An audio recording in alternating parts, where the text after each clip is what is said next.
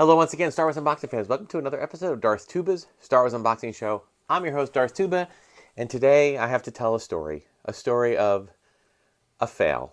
That's right, a fail.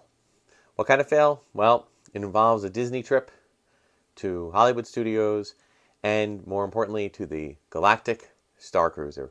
Yes, the Halcyon Galactic Star Cruiser Star Wars Hotel, as I don't like to call it, but that's the best way people can describe it. I was scheduled, keyword was, scheduled to be on the Halcyon this past week. And let's just say, well, best to just quickly tell the story. My plan was this video was not even going to be my face. No, this video was going to be imagery of the Galactic Star Cruiser with me and my traveling companion and wife, Mrs. Darth Tuba, kind of talking through what the event was like and what the area was like. And, you know, I know there's been plenty of videos out there, so this is just going to be kind of more our take on it. I was excited to have it happen. I've been planning this for 8 months. We had our outfits all picked out. We had our storylines made up. We were ready to go. We were all in. We had a family, another couple that was going to be with us. We even had shirts made up because we were all empty nesters because our children are all grown up and have left the nest. So we have galactic empty nesters. We were so ready to go. I don't have this. This is a different one, obviously, a BB-8 Thanksgiving themed outfit as we were approaching Thanksgiving at the time this video is being created. So what happened? Well, a little hurricane named Nicole. Yes, and I do say little because it barely was a hurricane. It was basically a whoosh and a little spritz. And that's basically all we got. Not complaining. As those who watch the channel know, our daughter lives and works down in Florida. So when there are hurricanes, we get a little nervous. But Central Florida tends to, quote unquote, pardon the pun, weather those kind of storms fairly well, just with a lot of debris and a little bit of flooding. This one wasn't even that. It was very, very minor. But Disney did make the unfortunate but understandable call to cancel our Halcyon voyage. We received word the day before. Now, the funny thing was, we were scheduled to fly down Wednesday. It was a Thursday trip. I believe it was the 10th of November was the date of our scheduled Halcyon voyage. We were scheduled to go down on the night of the 9th. I was never comfortable with going down the night before because of the way flight delays have been.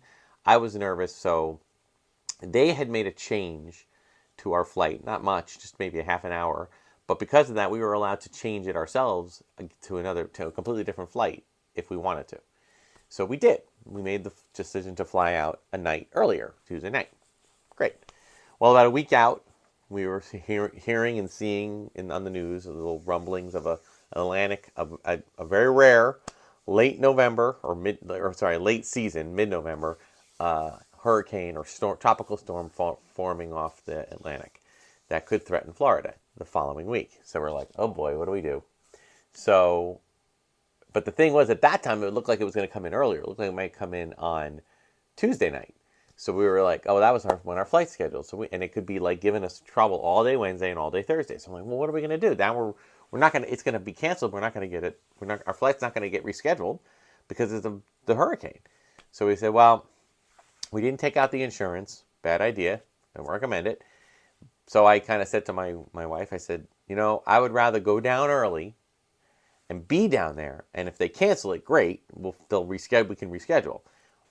But if we don't go down and they happen to not reschedule it and we get stuck and we can't get down there, that's a worse situation to be in. So thankfully I had some time I could take some time off from my work, and I was able to go down. We changed our flight one more time to early on Tuesday. Flew down. Rest of the day on Tuesday was fine. Most of the day Wednesday ended up being fine. By the time we got closer, things kind of formulated and kind of compressed into more of a Thursday event. So we got down there Tuesday night. We enjoyed the parks a little bit on Tuesday morning. Got there and enjoyed the parks on Tuesday, enjoyed the parks on Wednesday. And then Wednesday around noon, somewhere between noon and 1, we noticed the update on the Disney app. The Halcyon was canceled. I was kind of prepping for it because they had already canceled one for the previous Hurricane Ian in September. So I was kind of prepping for it in my mind, and my wife was too. Our couple friends, they were in shock. They were just in complete shock. They did not believe they were going to cancel it. So we were kind of all stuck there, like kind of dumbfounded. Well, the story does have a happy ending, or at least a happy postponement, because Disney really pulled out the stops to make this okay for us. They rescheduled. They allowed us to call us up in about an hour, and they rescheduled us and our friends. We have very busy schedules. It's hard for us to commit to flying down to Florida for another, like a 4-day weekend. I'm going to be down there at Christmas, and I'm going to be down there for spring break. But Christmas it's all sold out, and spring break is, I'm running a band trip. So there was no other time to do it, so we pushed it off to the early summer, July. Well, they pushed it off, but we could do it. They gave it to us for half price, which, those who know, Halcyon was not a cheap thing. So to get it for half price, which many people feel is like the perfect price for this event, we were like, that's fine, thank you, we'll take that. And that also allowed us to invite our daughter to join us on the trip, and for our friends to have their 3 kids join them on the trip, and we still got money back because they gave us the children. Well, they're not children; they're adults, but they're older than 10. But they gave us their tickets as well, again for half price. It really comes down to the room. As long as you're only getting one room, it doesn't matter how many other they can absorb all the other costs. So that meant it's no longer going to be an empty nester trip, and it's going to be a two full family trip, which is fun. We were kind of excited to be doing that with them because we know that they'll appreciate it as well. And to make matters even better, we were supposed to be in the Halcyon for 2 nights. We had hotel stays in Disney before and after the Halcyon, but we had the 2 nights we were supposed to be on the Halcyon. They booked us in the Grand Floridian Resort, which was basically, it was 2 nights. They covered 1 night, meaning they paid for it themselves completely, and the second night we paid for, but they took it out of our credit of the refund, which was still way less. So we still ended up with a bunch of money back, and now we're going again. We're going to do it for the first time in July. My only worry is that July is going to come, and I know that they're struggling to get people to fill the rooms on the Halcyon. So I'm hoping that it keeps going. I hope they don't decide to just stop doing it, but I don't think so. I think in reality, they're going to do what they've been doing, and that is cutting back hours, doing 1 dinner show instead of 2, that kind of thing. And then maybe they'll do a revamp in the distant future. But right now, I think we're okay. So that was my Halcyon adventure, non-adventure. So.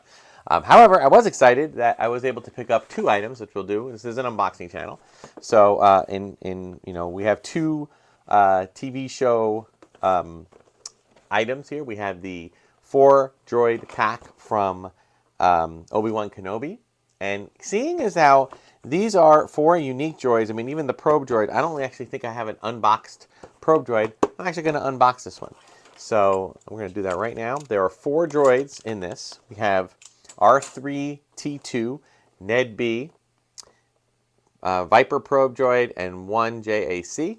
Okay, and these are droids that you see throughout the TV series Obi-Wan Kenobi. I saw these available early on when the show was out, but they seem to get these four packs tend to get lifted. Like people buy them up really fast, but then there's always a resurgence of stock. So again, this is just a nice red dome droid. Kind of the bottom looks very similar to just regular R2-D2. Most, obviously the droids are really they only have so many pieces. They just repaint and repack, but they're not too expensive. Ned B, on the other hand, is a pretty good droid. It does look as though it's got an odd kind of articulation. Ned B is this worker droid, and he doesn't really make any noise, but he was kind of a good guy. Unfortunately, droids in the Star Wars universe tend to, if they're not 3PO and R2, they tend to sacrifice themselves a lot further along. Like K2, L3, and now Ned B, if you haven't seen the show. And then we have our probe droid. This is the one that was coming down there and viewing, finding Obi-Wan there on his way to Toll with his daughter Leia, granddaughter maybe. What was that? Nothing. Favorite line. There we go. These are great figures. I mean, I don't know how this works. I've always talked about that. Like Disney seems to have their own set of figures. I mean, they they appear to be just very much similar to, Kenner figures. And this, of course, is, I forget his name, 1JAC, which is the 4LOM type of model droid that was going after Obi-Wan. Great series, by the way. I absolutely loved Obi-Wan Kenobi. They're great droids. They all passed the stand test. It's Disney does a good job at those figures. And I know sometimes they're repacks. I get it, especially, but 2 out of 4 are pretty much at least new head sculpts or even new body sculpts. And in the Pro Droid, I haven't seen one like that in a while. Okay, and then our final droid for a more recent one is B2 Emo, and I'm actually going to unbox this because the card is kind of damaged anyway. So, and I just want to see this droid. He's such complete and total repack, not repack, new droid.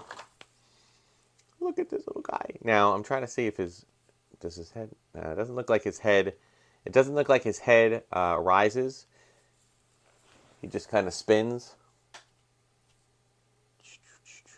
I wish it had a little bit more motion, like this droid's head kind of, it doesn't even close, actually. It doesn't look like, yeah, it just spins. It just swivels. But the B2 Emu droid on the show, it kind of tilts his head up and down. So I'm hoping they make a vintage collection figure that's a little bit more detailed, although this one's pretty good in terms of details. Got the little, I always think it looks like it got a parking boot on. But kind of like a combination. His inspirations to me are a combination of Wally, and Vincent from the Black Hole, which would make sense. Both Disney properties, so it makes sense that we'd have them. So that'll do it for today's untelling of a non-adventure of the Halcyon, but we managed to get a few droids, so exciting about that. Thank you so much for watching. Check out all my other videos. Like, subscribe, do all that stuff. All right, and check out all the other great content on the Red 5 Network and in the War of the Stars podcast. Until next time, may the Force and the toys be with you. Till the spires, everyone.